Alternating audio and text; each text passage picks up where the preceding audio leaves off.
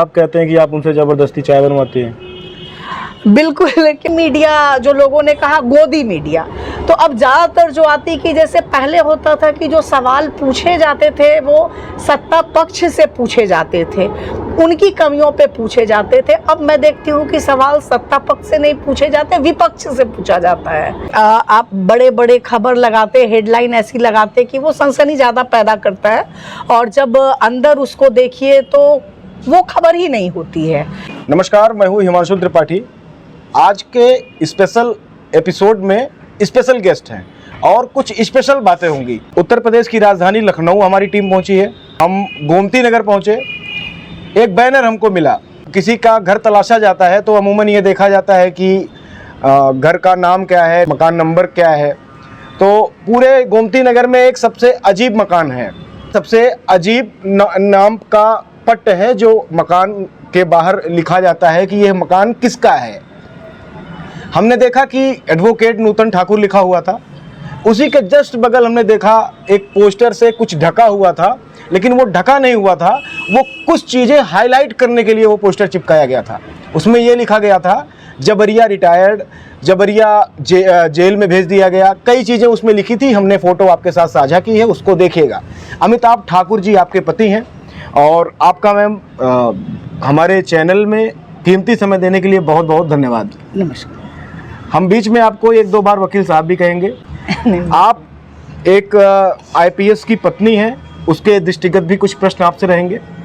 आप एक हाउसवाइफ हैं, उसके दृष्टिगत भी कुछ प्रश्न आपसे रहेंगे।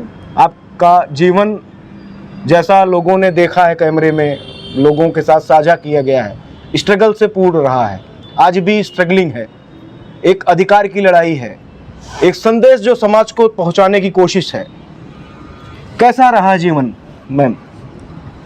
मैं देखिए कहूँगी कि जीवन तो बहुत अच्छा रहा, और उस अच्छा का अगर इस पैमाने पे अगर देखूँ कि आईपीएस अधिकारी की पत्नी के रूप में देखूँ तो बहुत लोग बोलेंगे कि क्या मिला, जो कर रहे हो वो फेलियर है जी। लेकिन उसके बाद भी अगर समाज के वृहद दायरे पे जब भी देखती हूँ और देखती हूँ कि तो लगता है कि हम तो बहुत अच्छे जगह पे आज भी हैं।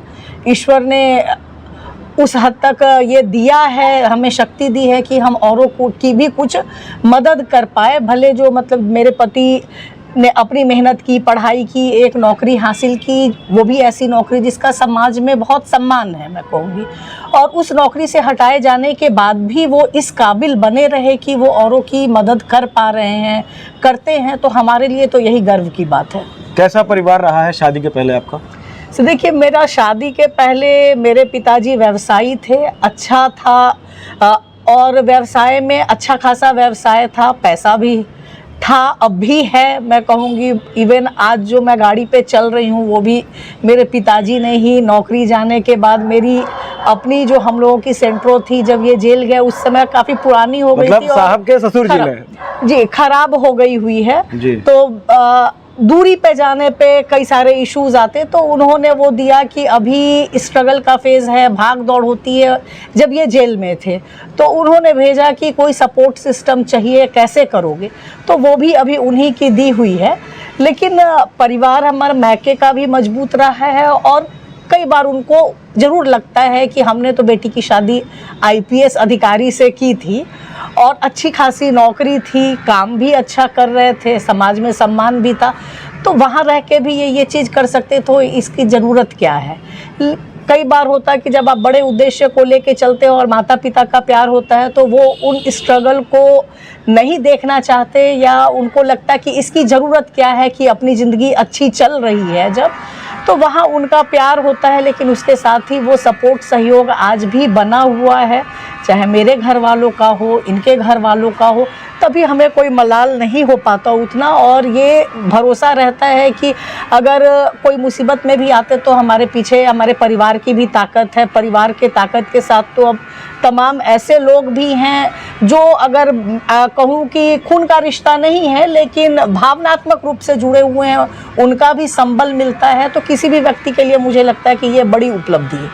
तो पिताजी व्यवसायी थे, बिहार से ही आप लोग हैं कि? जी, बिहार से। तो दुलारी बिटिया थी आप घर की? अब दुलारी कहिए नहीं कहिए, चूँकि हम लोग 3 बहन 1 भाई हैं, भाई बड़े हैं, बहनों में 3, बाकी सारे लोग तो बिहार में ही हैं। गलती से चूंकि पति को यूपी कैडर मिल गया तो मैं यहाँ यूपी के सभी जनपदों में इनको भेजा गया। जी तो जी, साथ साथ आपका भी हमेशा लोकेशन चेंज होता रहा होगा। जी बिल्कुल, कई जिलों में रहे हैं। तो और जिलों के अलावा जब ट्रांसफ़र तो अलग अलग विभागों में भी होते हैं, तो कई खास करके पूरब के जिलों में मैं ज़्यादा रही हूँ। और इस रूप में ये लगता है कि यूपी में रहते हुए भी जो बिहार का कनेक्शन है वो कभी बहुत कम नहीं हो पाया, क्योंकि पूर्वांचल की जो मैं कहूँगी कि का जो वातावरण है, जैसे लोगों की बोलचाल, रहन सहन है, बिहार का भी बहुत सिमिलर है। कोई बहुत फ़र्क मुझे नहीं लगा कि मैं उत्तर प्रदेश में आ गई हूँ किसी और जगह से, वो अपने ही जगह की सुगंध आती रही हमेशा। शिक्षा बेसिकली आपका बिहार में ही पूरा हुआ? शुरुआती शिक्षा बिहार में पूरी हुई, कॉलेज भी बिहार में, ग्रेजुएशन तक बिहार में हुआ। उसके बाद शादी हो गई। जब ग्रेजुएशन में थी ही, बीए 3rd ईयर में थी और रिजल्ट नहीं आया था, उस समय शादी हो गई। सबसे जीवन का सबसे बड़ा रिजल्ट मिल गया आपको। जी, लेकिन उसके बाद की जो भी, उसके बाद शादी के बाद मैंने एमए किया तो सास ससुर का भी सपोर्ट था। उनका कहना था नहीं, शिक्षा अधूरी नहीं रहनी चाहिए। तो एमए पीएचडी मैंने फिर वहीं से किया। उसके बाद मैंने, लेकिन पढ़ाई मेरी उत्तर प्रदेश की भी रही। मैंने बीएड उत्तर प्रदेश में किया। उसके बाद लॉ मैंने यहीं से किया है और वकालत की प्रैक्टिस कर रही हूँ। वो अब एक तरह से का पढ़ाई इनिशियल वहाँ रही, लेकिन कर्म भूमि तो उत्तर प्रदेश ही है। अच्छा, तो कानून की भी पढ़ाई आप पढ़ी? जी। वो मदद कर रही है पढ़ाई आज के आपके सिचुएशन पे? से देखिए, मैं ये ज़रूर कहूँगी कि अगर वो पढ़ाई नहीं रहती और मैं अधिवक्ता नहीं होती तो शायद जो घटनाएं घटी तो मेरे लिए संघर्ष ज़्यादा टफ हो जाता, क्योंकि मैं अधिवक्ता भी हूँ। तो जिस तरीके से मुझे मेरे पति को कई केसेस में फंसाया गया, अगर उसकी जानकारी नहीं होती तो शायद उबर पाना बहुत मुश्किल होता, क्योंकि हम पे कोई ऐसा अपराध नहीं है जिसको लगाने की कोशिश नहीं की गई हो, और ऐसे ऐसे अपराध जिसको तो सपने में भी हम नहीं सोच सकते कि हम कभी ये काम कर सकते हैं। उदाहरण के तौर पे कहूँगी कि मेरे पति को एक ऐसे रेप के केस पे फंसाने की कोशिश की गई और उसमें मैं भी सह अभियुक्त थी। मेरे ऊपर भी तमाम आरोप लगाए गए, जबकि और वो भी ऐसी महिला के द्वारा जिससे कभी हम जीवन में मिले नहीं थे। अगर सामने आ जाएं तो हम उनको पहचान भी नहीं पाते कि इन्होंने ही ये आरोप लगाया है या कहा है। ऐसी बातें, देशद्रोह का मुकदमा, रामपुर में मैं गई, अधिवक्ता भी थी, और वहाँ एक वाल्मीकि बस्ती था जिसके कुछ अधिग्रहण वगैरह का इशू चल रहा था, तो उन लोगों ने मदद मांगी थी। मैं वहाँ गई, पति भी साथ में थे। आजम खान से टक्कर हो गई। अब उनको, चूंकि वो ड्रीम प्रोजेक्ट आजम खान जी का था, उनको बुरा लगा। जैसे हम रामपुर से लौट के आए, अगले दिन पता लगा कि मेरे पति के ऊपर एक देशद्रोह का मुकदमा हो गया है। कि हमने काफ़ी वो, अब देशद्रोह का मुकदमा जानते हैं कि वो तो जब आप ऐसी गतिविधि में लिप्त होते हैं, कुछ ऐसी बातें बोलते हैं, तो हमने कुछ ऐसा किया ही नहीं था वहाँ और न बोला था। लोगों को विधिक सलाह दी, बातें कही। वहाँ कुछ लोगों ने पूछा तो जाहिरा तौर पे लोकतांत्रिक देश में कोई व्यक्ति उतना बड़ा नहीं होता है कि अगर किसी व्यक्ति को लगता है कि उनका ये वर्क या काम नहीं होना चाहिए था और आप कहते हैं तो आपके ऊपर देशद्रोह लगा दिया जाए। तो वो मुकदमे भी रहे। उसके बाद मेरे पति के ऊपर आय से अधिक संपत्ति का मुकदमा हुआ, तो मुकदमा उन पे था लेकिन पूछताछ सारी मुझसे हुई। लेकिन चूंकि हम लोगों ने कोई गलत किया नहीं था तो कभी उसका ये डर नहीं रहा कि हम नहीं निकल पाएंगे। लेकिन धीरे धीरे मैं देखती हूँ कि इतना ज़रूर है कि अब तो, मतलब कि तब भी था, ये ज़रूर रहता था कि न्यायालय से तो हम छूट जाएंगे, बरी हो जाएंगे, हमारी बातें सुनी जाएंगी, लेकिन पुलिस के विवेचना के स्तर पे हमारी बातें कितनी सुनी जाएंगी। क्योंकि सोशल फील्ड में रहते हुए भी मैंने देखा है कि अब तो दिनों दिन स्थिति और ख़राब होते जा रही है। जहां अगर पुलिस अधिकारी ने कुछ लिख दिया, आपके तथ्य नहीं लिखे, आप जो बात बोल रहे हो उसको घुमा के लिख दिया, उसके इस पर जो चीज़ें अगर आप कह रहे हो उन चीज़ों को इकट्ठा नहीं किया, जिसको साक्ष्य कहते, इकट्ठा नहीं किया, तो फिर आम पब्लिक के पास तो वो कोई मेथड नहीं होता कि वो जगह जगह जाके अपने इनोसेंस के प्रूफ लेके आए। तो वहाँ पे ये भरोसा बहुत मुश्किल था कि हम कभी निकल भी पाएंगे, क्योंकि जिस तरीके से हमें फंसाने की कोशिश की गई थी। और अंततोगत्वा 2 ऐसे मुकदमे रहे, जिसमें दो मेरे पति के ऊपर, एक मेरे ऊपर, जिस पे पुलिस वाले उतने के बाद भी मैं कहूँगी कि सफल हुए और फंसाया भी। अभी चार्जशीट गई है, मामला न्यायालय में है, तो बहुत कुछ नहीं बोलूँगी। उसमें एक मुकदमा तो ऐसा है जिस पे सारे लोगों ने देखा था कि जब मेरे पति का अरेस्ट हुआ था, और उस दौरान मैंने, चूँकि मालूम है कि जब पुलिस गलत करती है तो कोई एविडेंस नहीं होते उस समय जब वीडियो वायरल हुई थी। जी, यहाँ तक कि जब वो पुलिस के अधिकारी 1 हफ्ते पहले भी हमें हाउस अरेस्ट में रखा था, कोई पेपर नहीं था कि किस कारण से आप घर से बाहर नहीं जा सकते हैं, क्यों नहीं जा सकते हैं, बस फोर्स लगा दिया। मतलब वो भी जबरिया था। जी, आप नहीं जा सकते हैं। क्यों नहीं जा सकते हैं? नहीं, हमें आदेश है। और जब अरेस्ट किया गया तो कोई पेपर नहीं, ये भी नहीं कहा गया कि अरेस्ट है। जब मैंने पूछा, मुझे लगा इतने फोर्स हैं और जिस तरीके से इतने समय से पुलिस के लोग घर के बाहर हैं तो अरेस्ट कर रहे होंगे। तो मैंने पूछा, क्या आप अरेस्ट कर रहे हो? तो उन्होंने कहा, नहीं, कोई अरेस्ट नहीं कर रहे, पूछताछ के लिए हम ले जाना चाहते हैं। और हमारे विधिक प्रावधान में पूछताछ की एक प्रक्रिया है। कोई पेपर नहीं दिया। मेरे पति ने कहा कि अगर पूछताछ करना तो पेपर कहाँ है, कोई पेपर तो दे दीजिए जो नोटिस है, हम पूरा सहयोग करेंगे। लेकिन हमको आप किस चीज़ की पूछताछ करनी है, कौन से किस मामले में, तब तो हम चलेंगे। आपके पास ऑथराइजेशन है, पेपर है, आप दीजिए, आप जहाँ कहेंगे हम चलेंगे, लेकिन बिना पेपर के नहीं जाएंगे। उसके बाद पेपर दिखाना तो दूर, तमाम 2 हम लोगों के लिए, एक मेरे पति के लिए कई थानों की फोर्स और पूरी फोर्स आई, जबरन खींच के ले गई।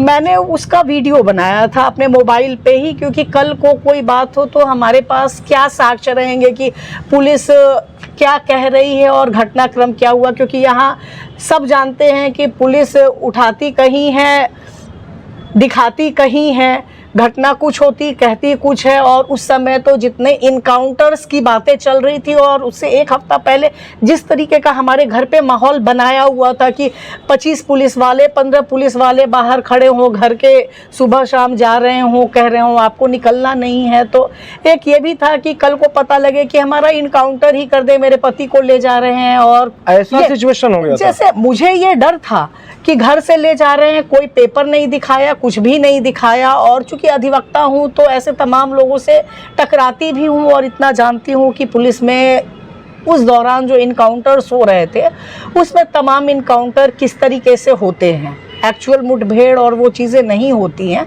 जब ले जा रहे थे तो मुझे ये लग रहा था कि कहीं जबरन खींच के ले जा रहे हैं, कल को मेरे पति को गोली मार दें और ये बोलें कि ये तो भाग रहे थे और हमने रोकने में, मेरे ही हथियार छीन के भाग रहे थे और रोकने में हमने फायर कर दिया। तो उस समय मेरी वो मानसिक स्थिति थी, इसको आप समझ सकते हैं। मैंने वीडियो शूट किया था, कोई हाथापाई नहीं हुई थी, कुछ भी नहीं, वो वीडियो पब्लिक डोमेन में है। और उस मुकदमे में मैं अभियुक्त हूँ, जिसमें ये कहा गया कि मैंने तमाम पुलिस वालों को मारा, पीटा, गाली गलौज की, धमकी दी। तो ये चीज़ों तो बहुत बाद की है, जबकि वो पब्लिक डोमेन में वो चीज़ें हैं। उसके बाद भी आरोप पत्र न्यायालय में प्रेषित किया गया। तो अब हमारे न्यायालय की प्रक्रिया है कि हमारे साक्ष्य तो क्या है, किया नहीं किया, बहुत समय बाद आएगा, बहुत लंबी प्रक्रिया है। आज के दिन सच्चाई है कि मैं भी एक क्रिमिनल केस की अभियुक्त हूँ, मेरे पति 2 क्रिमिनल केस के अभियुक्त हैं। वकील साहब खुद मुकदमे के जाल में फंसे हुए हैं। जैसे मैं ये कहूँगी कि वकील साहब तो नहीं, ये कहूँगी कि चूँकि उतनी जानकारी है, वो प्रिकॉशन, उस समय में भी मेरा दिमाग इतना काम कर रहा था कि मैंने वो मोबाइल से ले लिया फ़ोटो, वीडियो रिकॉर्डिंग कर ली। तमाम लोग होते हैं जो इसके भुक्तभोगी होते हैं, लेकिन उनके पास कोई साक्ष्य एज सच नहीं होता है। और तब पुलिस जो भी कहानी फ्रेम करती है तो कई बार निर्दोष होते हुए भी वो फंस जाते हैं ऐसे मामले में। हमें ये भरोसा है अदालती प्रक्रिया पे कि उस दौरान जब हमारे बोलने की बारी आएगी, हमारे साक्ष्य देखे जाएंगे, तो हम इन चीज़ों से निकल के बाहर आएंगे और जो सच्चाई है वो सामने आएगी। उसमें भी कई चीज़ें होती कि जैसे कई एविडेंसेज होते हैं जो समय के साथ नष्ट हो जाते हैं और वो आपको नहीं मिल पाते हैं। तो कई चीज़ों के लिए हमने अधिकारियों को कहा कि ये चीज़ों को आप शामिल करिए या इसको प्रिजर्व रखिए, इससे हमारी निर्दोषिता साबित होगी। लेकिन उन्होंने कोई जहमत नहीं उठाई, क्योंकि जहां अगर निष्पक्ष विवेचना करना उद्देश्य हो तब तो वो चीज़ें इकट्ठा की जाती हैं, लेकिन अगर ये रहे उद्देश्य ही ये हो कि हमको मुकदमे में फंसाना है, तब आप चीखते रहिए, पुलिस सुनती नहीं है। एक पुलिस के लीडर अगर हम कहें, जनपद का कप्तान पति रहे हों और उनके अंतर्गत काम करने वाले, उनके आदेशों का इंतज़ार करने वाले, उनके फरमान का इंतज़ार करने वाले ही लोग जो हैं, एक छोटा सा कांस्टेबल जो सिपाही है गांव एक कहीं तैनात है, वो पकड़कर ठूंस रहा हो गाड़ी में, एक पत्नी के निगाह से, एक लॉयर के निगाह से, क्या थी फीलिंग मैम उस समय की? देखिए, मैं कहूँगी उस समय गुस्सा भी आ रहा था, लाचारी भी लग रही थी, और कुछ समय के लिए ये समझ में नहीं आ रहा था कि ये पूरा जो हो रहा है वो हो क्या रहा है। लेकिन पूरे प्रक्रिया को जब बाद में मैंने देखा तो जो लोग ले जा रहे थे मेरे पति को या जबरन, मैं कहूँगी कि अरेस्ट करना था, एक विधिक प्रक्रिया है। अगर वो पेपर शुद्ध दिखाए होते, बताए होते, जो एक कानूनी प्रक्रिया के तहत, या ये कहा होता कि ये मामला है, इसमें हम इनको गिरफ्तार कर रहे हैं, ऐसा कुछ नहीं किया। और सबसे आश्चर्य की बात तो मैंने देखा कि जब उस मुकदमे मेरे पति की चार्जशीट गई और दूसरे मुकदमे में भी जो मेरे पति के ऊपर लगाया गया, विवेचक मेरे घर में खुद थी, लेकिन पूरे डॉक्यूमेंट में वो कहीं नहीं है अरेस्ट के समय में। और जो तो मुझे उन पुलिस वालों की भी लाचारगी पे ये आया कि उनके अगर वरिष्ठ अधिकारी ने जो कह दिया उनको फिर वही करना है, क्योंकि जब गिरफ्तारी, जो कथित गिरफ्तारी मेरे पति की हुई, उस समय विवेचक खुद घटना पे मौजूद थी और वो कह रही हैं अपनी केस डायरी में कि हम हजरतगंज थाने में बैठे केस डायरी लिख रहे थे। एक व्यक्ति, मुझे नहीं लगता साइंस ने अभी इतनी तरक्की कर ली है कि वो एक ही समय में हजरतगंज में भी हो और गोमती नगर विरामखंड के मेरे मकान पे भी हो। वो तो साफ बच गई, वो तो मौजूद ही नहीं है। लेकिन जिन लोगों ने वो गलत अभिलेख बनाए, उनके कहने पे काम किया, अब वो कैसे बचेंगे? बाद में आज मुकदमा लिखा दिया, चूंकि अभिलेख तो पुलिस के हैं, FIR पुलिस के अधिकारियों ने कराया है। इस पूरे मोहल्ले में उनको कोई स्वतंत्र गवाह नहीं मिल पाया जो उस दिन की घटना क्या हुई थी उसको देखते। जितने गवाह वो पुलिस वाले, वही थाना जिसने FIR दर्ज की, विवेचना भी वही कर रहा है। तो ऐसे में न्याय कैसे और कहाँ होगा? जबकि तमाम ऐसे रूलिंग्स हैं जहाँ ये कहा जाता है कि अगर जहाँ आप पे भी एलिगेशन लग रहा है या कोई दूसरी कहानी है तो उसकी भी आप FIR लिखिए, उसकी भी विवेचना करिए। अभी स्थिति ये है कि हम हर जगह घूम रहे हैं कि हमारे साथ ये हुआ, इस चीज़ को भी तो देखो। जो कानूनी प्रावधान है उसका उल्लंघन करने का पुलिस वालों को भी अधिकार नहीं है, वो भी उसी लॉ से बंधे हुए हैं। लेकिन आज हमारी नहीं सुनी जा रही है। हर जगह ये लिखा जाता आप तो अभियुक्त हैं और आप ये तो कहेंगे। लेकिन हमें न्याय व्यवस्था पे भरोसा है, क्योंकि यहाँ न्याय मिलता तो है लेकिन बहुत समय लगता है। अब वो समय कब आता है ये ईश्वर की मर्जी। एक महिला होने के नाते महिलाओं के लिए क्या संदेश रहेगा आपको? देखिए, महिला होने के नाते महिलाओं के लिए मैं कहूँगी कि सबसे बड़ी जिम्मेदारी तो महिलाओं के ऊपर घर परिवार की होती है, उनको देखना संभालना। क्योंकि एक महिला अगर अपने घर परिवार को भी बेहतर तरीके से संभाल लेती तो जो कहा जाता कि समाज में हम अच्छे नागरिक दे रहे हैं। दूसरा, खास करके ऐसी महिलाएं जो कामकाजी भी हैं, काम करती हैं, तो उनके ऊपर तो दोहरी जिम्मेदारी होती है जिसको कोई पुरुष एक्नॉलेज, बहुत कम पुरुष एक्नॉलेज करते हैं कि वो घर का भी काम करती हैं, बाहर दफ्तर जाती वहाँ भी काम कर रही हैं। तो पुरुषों की तुलना में उनकी स्थिति बहुत कई बार प्रिकैरियस होती है और उनकी अपनी जो ज़िंदगी या आराम कहिए वो उतनी नहीं हो पाती हैं। तो उनकी ज़िंदगी मैं कहूँगी कि और ज़्यादा चुनौती भरी होती है, टफ होती है। और मैं दिल से ऐसी महिलाओं को सैल्यूट करती हूँ जो घर बाहर दोनों संभालती है। मैं कहूँगी सुपर वुमेन का काम करती हैं। और पुरुष जो हैं या घर के पुरुष, मैं उम्मीद करती हूँ कि वो उनके इन चीज़ों को एक्नॉलेज करे कि एक महिला जो बाहर काम करती है और जो घर में काम करती है, जिसकी कोई गिनती नहीं करता। या कई महिलाएं भी कहती है कि क्या तो हम तो हाउस वाइफ हैं। हाउस वाइफ को जो वो पूरे घर को मैनेज करना एक ही समय में, वो समझिए कि अगर उस तरीके से देखिए कि एक पुरुष को अगर उन्हीं कामों के लिए अगर वो किसी को रखना पड़े तो उसकी पूरी तनख्वाह ही उसमें चली जाएगी। जो एक महिला खुशी खुशी वो समय पे धोबी भी बन जाती हैं, कुक भी बन जाती हैं, नैनी भी बन जाती हैं, बच्चों की बाहर नर्स भी बन जाती हैं, जब पेरेंट्स बीमार होते तो सारी भूमिका में होती, तो उनका एक खास सम्मान घर को, पुरुष को, परिवार को करना चाहिए। साहब इस मामले में कैसे हैं? मैं कहूँगी कि देखिए मैं इस मामले में लकी हूँ, और अगर मेरे पति का सपोर्ट नहीं रहता तो शायद शादी के बाद मैंने पढ़ाई की, उसके बाद वकालत भी कर रही हूँ, तो बिना पति के सपोर्ट के वो नहीं कर पाती। क्योंकि भले मेरे पति पुलिस विभाग में रहे हैं और ये कहा जाता है कि बहुत सुविधाएं रहित मिलती हैं, लेकिन एक लंबे समय से हम लोगों ने उन सुविधाओं को इस्तेमाल नहीं किया। ये लगा कि ये हमारे लिए नहीं है, ये कहीं और के लिए हैं, तो उनका उपयोग हम अपने निजी कार्यों में नहीं लेंगे। तो जब मेरे पति सेवा में भी थे तो 10 बीत गए। शुरू में जब नौकरी में आए तो जाहिर तौर पे जब उम्र कम होती है और आप अब नहीं जानते चीज़ों को, आपको लगता कि जो परंपरा चली आ रही होती है तो ये लगता है ये तो सुविधा होती ही है और मिलती है। लेकिन बाद में धीरे धीरे समझ आया कि ये मिलती नहीं है, ये सुविधाएं तो वो है कि जो हमारे घर पे काम कर रहे हैं उनको कायदे से कहीं और होना चाहिए, वो कहीं और के लिए है। तो हम लोगों ने वो चीज़ें लेना बंद कर दिया। ये है पुलिस वालों को, एक सहायक पुलिस अधिकारी को एक का प्रावधान है, हमने वो भी नहीं लिया, काफ़ी समय से नहीं लिया, तो घर के बाहर के दोनों काम मुझे ही करने होते थे। तो ऐसे में बिना पति बच्चों के सहयोग के संभव नहीं था, और बहुत बाहर के लोगों को भी मैंने काम के लिए नहीं रखा था उस समय तक। क्योंकि जिस समय एक समय आया जब पहले कुछ समय के लिए मैं रखती थी कि घर पे आके साफ़ सफाई कर दे कोई, लेकिन जब ऐसे मामले में जब फंसाया गया कि ये कहाँ की महिला गाजियाबाद जिससे कभी मिले नहीं थे, जानते नहीं थे, तो एक डर मेरे अंदर उस समय आ गया था कि पता नहीं हम किनको रखें और कौन क्या कहना शुरू कर दें अगर कोई उनको अगर फंसाने के लिए, क्योंकि यहाँ हम जानते नहीं कौन कहाँ है क्या है। तो घर के कामों के लिए मैंने रखा नहीं था किसी को, सुरक्षा की दृष्टि से भी, क्योंकि उस समय ऐसी स्थिति थी कि हमको ये भरोसा नहीं हो पा रहा था कि हम अपने घर के काम के लिए रखेंगे तो क्या वो हमारे प्रति कितने लॉयल होंगे। तो सारे काम हमें खुद ही करने होते थे। तो वो सिचुएशन थी। ऐसे में बिना परिवार के सहयोग के मुझे नहीं लगता कि जो काम मैं कर पा रही हूँ वो कर पाती। साहब कहते हैं कि आप उनसे ज़बरदस्ती चाय बनवाती हैं।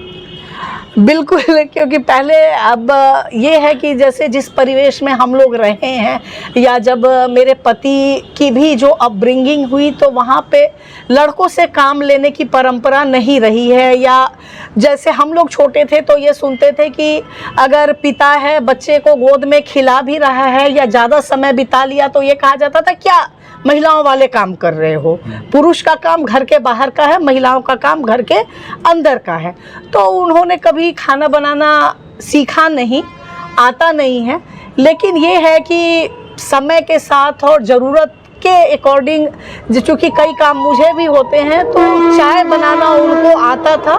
मेरे पति की जो मेरी मदर इन लॉ थी वो भी टीचर थी, तो कभी कभी अपनी मम्मी को चाय बना के पिलाते थे। तो इनको चाय बनाना आता था, क्योंकि उन्होंने ये बताया था कि जितना बनना, तो IIT से रहे हैं, मैथ्स के स्टूडेंट रहे हैं, तो उनको बता दिया गया था कि इतना चाय बनाना तो इतने कप पानी रहेगा, तो दूध रहेगा, इतने चम्मच चीनी रहेगी, तो उनको चाय बनाना आता था। तो अब इधर तो मैंने वो भी बहुत कम कर दिया है पीना चाय। सुबह में कभी बनता है, नहीं बनता है समय के हिसाब से, तो वो जिम्मेदारी मैं कभी कभी देती हूँ उनको कि आप अगर चाय पीना है तो सुबह का वो बना लीजिए और मुझे भी दे दीजिए। हाँ, खुद बनाइए, मुझे भी पिलाइए, बाकी काम जो खाने वगैरह का है वो मैं करूँगी। बीच में जब कोरोना आया था तो हम लोग सब बीमार थे, तो उस दौरान में थोड़ा बहुत मैंने कोशिश की कि हल्का फुल्का खिचड़ी या खाना चावल बनाना भी सीख लें, कि बाई चांस मुझे ही कहीं जाना रहे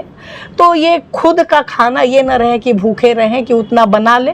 कोशिश की, लेकिन अभी भी वो उस हद तक नहीं सीख पाए। ये मेरे बच्चे हैं, उनको मैंने छोटे से ही ये सिखाया है, तो बच्चे मेरे खाना बनाना जानते हैं और जब ऐसी स्थिति होती तो वो मदद उसमें करते हैं। आप लिखती हैं बहुत शानदार, ये भ्रम है मेरा कि मैं सही हूँ? मैं ये कहूँगी कि शायद ये भ्रम ज़्यादा है। अब ये कैसा लिखती हूँ, लेकिन कैसा लिखती हूँ ये नहीं कह सकती। मुझे नहीं लगता कि बहुत शानदार लिखा हो। कुछ रचनाएं हों जो दो पंक्ति में दर्शकों तक पहुँचे? जैसे कविताएं मैं बहुत कम लिखती हूँ, ज़्यादातर जो जैसे सोशल इश्यूज़ पे मैं लिखती हूँ। पत्रकारिता से भी जुड़ी रही थी और उससे पहले चूँकि मैं हिंदी लिटरेचर की पहले स्टूडेंट रही थी, तो उस रूप में एक स्त्रियों के स्त्री विमर्श पे मैंने एक मौन से मुखर तक किताब लिखी थी। तो कुछ किताबें लिखी हैं, कुछ का प्लान भी किया लिखने का, लेकिन तमाम व्यस्तताओं के बाद उस हद तक उसमें सफल नहीं हो पाई। ये कहिए समय नहीं मिल पाया उतना कि उसको उस क्वालिटी में पूरा कर पाऊँ। ये है ज़रूर कि जब थोड़ा शरीर थकने लगेगा और जब बाहर मूवमेंट की स्थिति कम हो जाएगी तो उन प्रोजेक्ट्स को पूरा करूँगी। तो आप जर्नलिस्ट भी रहे हैं जी। हमारे लिए क्या सजेशन रहेगा मैम? जैसे मैं ये कहूँगी कि अब आपको मैं सजेशन दे पाऊँ ये तो बहुत बड़ी बात है मेरे लिए, लेकिन जो पत्रकारिता में अब मैं देखती हूँ कि जो मिशन पत्रकारिता होती थी वो कम हो गई है। जिसे देखते देखते जो पत्रकारिता जिसको हम कहते हैं कि जैसे अब दो में खांचे में बट गया है, प्रिंट मीडिया और इलेक्ट्रॉनिक मीडिया, और उसमें भी एक अब और एक नई मीडिया जो लोगों ने कहा गोदी मीडिया। तो अब ज़्यादातर जो आती कि जैसे पहले होता था कि जो सवाल पूछे जाते थे वो सत्ता पक्ष से पूछे जाते थे, उनकी कमियों पे पूछे जाते थे। अब मैं देखती हूँ कि सवाल सत्ता पक्ष से नहीं पूछे जाते, विपक्ष से पूछा जाता है कि विपक्ष क्या कर रहा है, विपक्ष क्यों नहीं बोल रहा है, विपक्ष ने क्या किया। अगर आप सत्ता पक्ष की एक अगर गड़बड़ी आएगी तो आप विपक्ष की चार लाके उस समय चले जाएंगे। तो वो मतलब कि तमाम जो दिखने में आता, तो मुझे लगता कि जो आज़ादी के समय जो स्थिति थी कि एक मुहिम चली थी कि नहीं, उस समय भी मुझे लगता है कि कुछ ऐसी ही स्थिति रही होगी कि जो सही न्यूज़ है वो नहीं जा पाती होगी, फिल्टर्ड न्यूज़ होती होगी, सरकार का गुणगान रहा होगा, तभी तमाम लोगों ने छोटे छोटे जो अखबार निकाले, पैम्फलेट निकाले, जिससे कि सही बातें लोगों तक पहुँच पाए। तो आज भी मुझे लगता है कि जो सोशल मीडिया है वो बहुत हद तक उस काम को अंजाम दे रहा है जो उस समय, अगर पुरानी किताबें पढ़ूं, आज़ादी के दौर की किताबें, तो ऐसा लगता था कि जो तमाम हमारे फ्रीडम फाइटर्स थे उन्होंने जो काम किया वो आज मुझे लगता है कि वो काम अभी की स्थिति में सोशल मीडिया के जो पत्रकार हैं वो कर रहे हैं। वो गोदी मीडिया जो है ना, वो सोशल मीडिया के ऊपर भी तंज कसने में बाज नहीं आती है। तंज यूँ कसती है कि ऑथेंटिक खबरें नहीं होती हैं, कुछ भी लिख देते हैं, कुछ भी चला देते हैं, कुछ भी शूट कर लेते हैं। ये आजकल जो हमारे भाई हैं, सोशल मीडिया एक्टिविस्ट हैं, काम कर रहे हैं, रात रात भर कैमरे के पीछे खड़े रहते हैं, एक छोटी सी नेताजी की बाइट के लिए एक लंबी लाइन से गुजरना पड़ता है, उसके बाद धक्के भी सहते हैं। उनके लिए मैम एज ए जर्नलिस्ट आप रही हैं, क्या संदेश रहेगा? से देखिए, सोशल मीडिया पे भी कुछ तो जब मैं खुद भी देखती हूँ तो ये दिखता है कि आप बड़े बड़े खबर लगाते, हेडलाइन ऐसी लगाते कि वो सनसनी ज़्यादा पैदा करता है, और जब अंदर उसको देखिए तो वो खबर ही नहीं होती है। शीर्षक कुछ और होता है, अंदर खबर कुछ और होती है, या कई बार वो नहीं होती है। तो मुझे लगता है कि उस चीज़ से बचना चाहिए, और संभवतः मुझे लगता है कि कुछ ऐसे ही कारणों से तमाम लोग वहाँ एलेज करते हैं। हर जगह अच्छे बुरे हैं, लेकिन आज भी तमाम ऐसे सोशल मीडिया साइट्स हैं, सोशल वो प्लेटफॉर्म पे न्यूज़ चैनल्स हैं जो अपने अपने स्तर से खबरों को दिखाते हैं, और वो गलत नहीं होती, सही होती हैं। अच्छे बुरे तो हर जगह हैं, हर फील्ड में हैं। तो उसके कारण सीधे उसको नकार देना या आरोपित कर देना कि नहीं वहाँ तो सारी खबरें ही गलत होती हैं, मैं किसी तरीके से सही नहीं मानती हूँ। और उसका एक तो बहुत बड़ा मुझे लगता है कि फ़ायदा ये हुआ कि गांव के, घर के, कस्बे की खबरें भी कई बार जिसको कोई नहीं पब्लिश करता है वो सोशल मीडिया पे दिख जाती हैं। और जो प्रेशर ग्रुप का काम पहले न्यूज़ पेपर्स करते थे या जब इलेक्ट्रॉनिक न्यूज़ चैनल्स आए वो करते थे, वो काम अब सोशल मीडिया कर रही है। अब हर व्यक्ति के हाथ में एक कैमरा है, और वो जब कोई चीज़ होता है उसको शूट करता है, देता है। तो मैं कहूँगी अब चाहे अनचाहे तो हमारे यहाँ हर व्यक्ति ही उस हद तक पत्रकार हो गया है और जागरूक हो गया है, तो वहाँ ऐसे में जिम्मेदारी भी ज़्यादा हो जाती है। तो उस जिम्मेदारी को भी देखना चाहिए। लेकिन सोशल मीडिया अब जो चीज़ें हो रही हैं उनको अब मैं मानती हूँ कि सही तरीके से लाने का काम, या जनता तक ऐसी खबरें जो दब जाती हैं, नहीं जाती, वो सोशल मीडिया के जरिए ही पहुँचती है। अब वो पब्लिक भी इतना समझ जाती है उसको देखने के बाद कि कितने को हमको ग्रास्प करना है और कितनी खबर हो सकता है कि सही नहीं हो, तो उतना पहचानती हैं। टीवी देखती हैं मैम आप? देखिए, कोरोना के टाइम से टीवी देखना बंद कर दिया, क्योंकि उस समय में जब मैं देखती थी या उसके कुछ पहले भी जो खबरें आती थी, तो वो लगता था कि एक एजेंडा को लेके सुबह से शाम तक वही चलती थी।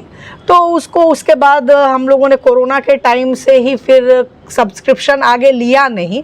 बच्चों ने वो ले रखा है जो आजकल वो जिसको OTT प्लेटफॉर्म कहते हैं, उसके कुछ साइट्स के, तो वहाँ ले रखा है, बच्चों ने एक्सेस दे रखा है, तो उस पे हम लोग कभी कभी मतलब आप भी आ जाते हैं OTT पे? जी, OTT पे कभी न्यूज़ देखना हो तो अब हम लोगों ने न्यूज़पेपर्स के कुछ के सब्सक्रिप्शन ले रखे हैं, तो वहाँ से दिख जाते हैं। बाकी टीवी तो मुझे लगता है कि अब नहीं देखे हुए 2.5 से 3 साल हो जाएंगे। कोई ऐसा गीत या संगीत जो दिल को छुआ हो आपके? बहुत सारे गीत संगीत ऐसे हैं जो, संगीत तो ऐसी चीज़ है जो सुनिए तो आप कितने भी परेशानी में होंगे तो वो आपको सुकून देता है। तो तमाम गीत हैं जो इंस्पायर करते हैं। अभी अच्छा सडन नहीं बता पाऊंगी कि ये वाला, बहुत सारे ऐसे गीत हैं, और ख़ास करके जो पुराने हैं और नए में भी कुछ ऐसे गीत हैं जो पसंद हैं, हम लोग सुनते भी हैं उसको। दर्शक जानना चाहते थे, जिन मुद्दों को जानना चाहते थे वो पहुंचा जरूर होगा। हम आपसे प्रार्थना ये करते हैं कि आप अपने प्रश्न कमेंट सेक्शन में डालिए। अगले इंटरव्यू में नूतन ठाकुर से सीधा सवाल किया जाएगा, आप उन प्रश्नों पर चर्चा की जाएगी। आप कमेंट बॉक्स में जाइए और पूछिए अपने नेता से। अगले इंटरव्यू में नूतन ठाकुर से कई सवाल होंगे। मैम, आपका जुड़ने के लिए चैनल में बहुत बहुत धन्यवाद। और अगर एक लाइन आपके मुंह से निकल जाए तो हमारे सब्सक्राइबर जरूर थोड़े से बढ़ जाएंगे। देखिए, आप मुझे धन्यवाद कह रहे हैं, मैं कहूँगी कि मुझे अपने चैनल पे जोड़ने के लिए आपका धन्यवाद। आपके माध्यम से आपका धन्यवाद है। आपके माध्यम से हमारी कुछ बातें लोगों तक गई, और मैं जो भी सब्सक्राइबर हैं इस चैनल को सब्सक्राइब भी करेंगे, देखते हैं, सब्सक्राइब भी करेंगे, और उनसे ये अनुरोध रहेगा कि वो भी अपने हक और अधिकार को, जो भी देख रहे हैं, वो पहचाने और अपनी ताकत को समझे। तभी शायद हम जो मिशन को लेके चल रहे हैं उस पे थोड़ा बहुत परिवर्तन आ पाएगा, क्योंकि कई बार हमें ही अधिकार होते हैं लेकिन, और शक्ति भी होती है, लेकिन हम ना अपने अधिकार को पहचान पाते, ना शक्ति को महसूस कर पाते हैं। जिस दिन आम जनता के रूप में हम अपने अधिकार और शक्ति को पहचानने लगेंगे, हमारी तमाम समस्याओं का समाधान वहीं से शुरू हो जाएगा। आपने एक पार्टी शुरू की है जिसकी चर्चा आपके पति के इंटरव्यू में हमने किया था। आप उस वीडियो को भी देखिए। नूतन ठाकुर से जुड़ने के लिए आप उनके फेसबुक पेज, उनके ट्विटर हैंडल पर जाकर अपने विचारों को उनसे साझा कर सकते हैं। कई ऐसे सवालों के साथ फिर हाजिर होते हैं। तब तक देखते रहिए आपकी बात। मैं हूँ हिमांशु त्रिपाठी।